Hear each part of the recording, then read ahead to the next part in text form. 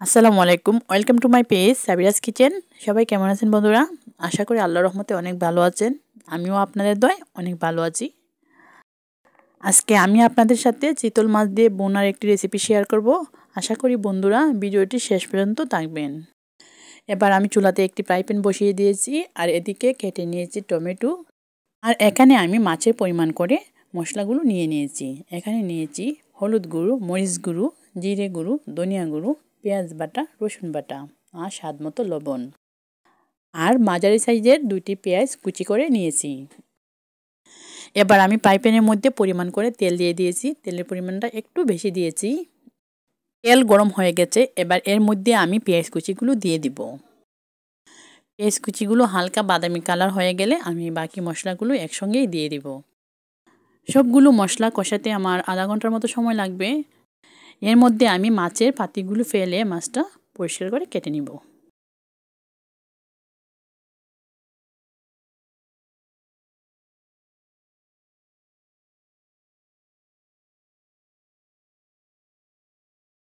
আর আমরা সবাই জানি চিতল মাছের মধ্যে ঘন পাতি থাকে, তার জন্য পরিষ্কার করতে একটু সময় লেগেছে।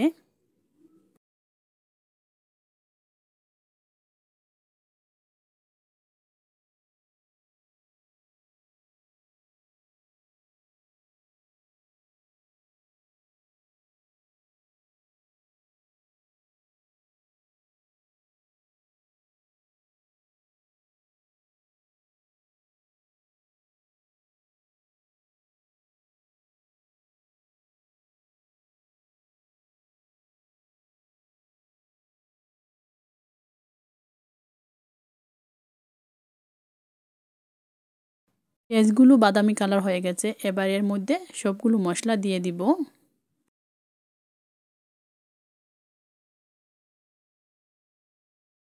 মশলাগুলো আমি দিয়ে দিয়েছি। এবার ভালো করে পেঁয়াজের সঙ্গে মশলাগুলো কষিয়ে নিব।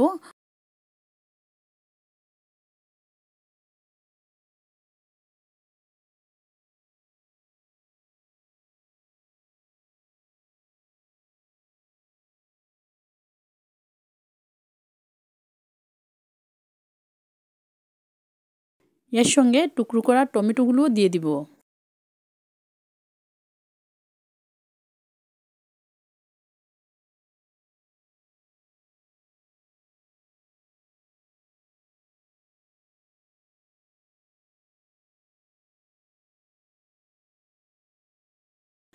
এই টমেটোর টুকরাগুলো আমি চামচ দিয়ে এইভাবে ভেঙে ভালো করে মশলার সঙ্গে মিশিয়ে নিব। এবার এই প্লেটটি ধুয়ে অল্প পরিমাণে পানি দিয়ে দিব আর এই পানি দিয়ে মশলাটা ভালো করে কষিয়ে নিব।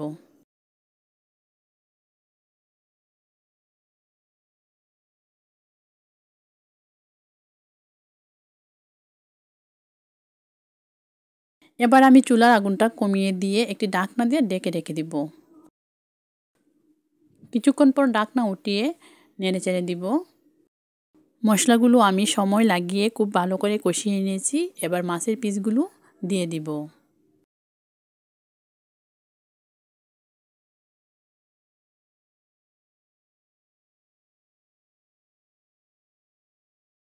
মাছের পিসগুলো আমি মশলার মধ্যে এইভাবে দিয়ে সঙ্গে সঙ্গে আবার উল্টিয়ে নিব।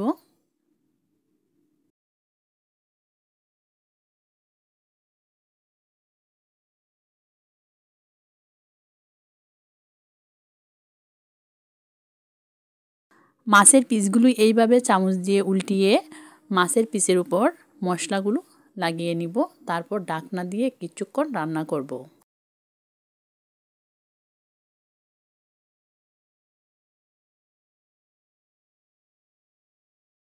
কিছুক্ষণ পর ঢাকনা উঠিয়ে আবারও উল্টিয়ে নিব। এইভাবে 3-4 বার মাছগুলো উল্টিয়ে দিব।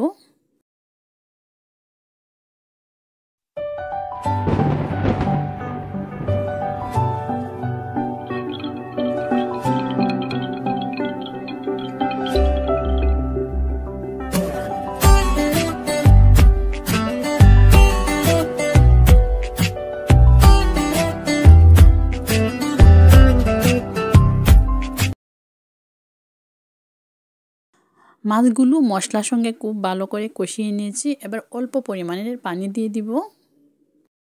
মাছগুলো ভিতর থেকে সেদ্ধ হওয়ার জন্য অল্প পরিমাণে পানি দিয়ে দিচ্ছি। আর বারবার চামচ দিয়ে মশলাগুলো মাছের উপরে এইভাবে লাগিয়ে নিব। বন্ধুরা আবারও কিছুক্ষণ ঢাকনা দিয়ে মাছগুলো রান্না করব। কিছুক্ষণ পর ঢাকনা উঠিয়ে দেখে নিব। তো আমার চিতল মাছ বোনা রান্নাটি হয়ে গেছে। তো এবার কাঁচামরিচ কুচি দিয়ে অল্প সময় চুলার মধ্যে রেখে নামিয়ে নিব। বন্ধুরা কাঁচামরিচগুলো আমি এইভাবে কেটে নিয়েছি। তো এবার কাঁচামরিচগুলো দিয়ে দিব মাছের উপরে, দিয়ে একটু সময় ঢাকনা দিয়ে রেখে দিব, তারপর নামিয়ে পরিবেশন করে নিব। তৈরি করে নিলাম বন্ধুরা খুবই মজা করে চিতল মাছ বোনা।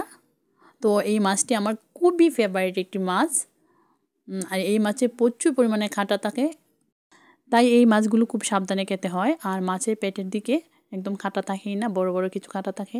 তো সাবিরাকে মাছের পেটের দিকটাই দিব। বন্ধুরা আমি এইভাবে চিতল মাছ বোনা করি, খেতে অনেক ভালো লাগে। তো আপনারাও একবার হলে বাসায় ট্রাই করে দেখবেন, অনেক ভালো লাগবে। আজকের মতো এখানে বিদায় নিব। সবাই ভালো থাকবেন, সুস্থ থাকবেন, আমাদের জন্য দোয়া করবেন। আর যদি আমার ভিডিওটি আপনাদের কাছে একটু ভালো লেগে থাকে প্লিজ একটি লাইক ও কমেন্ট করবেন। আর যারা এখনও আমার চ্যানেলটি সাবস্ক্রাইব করেন নাই প্লিজ বন্ধুরা আমার চ্যানেলটি সাবস্ক্রাইব করে নেবেন। আসসালামু আলাইকুম।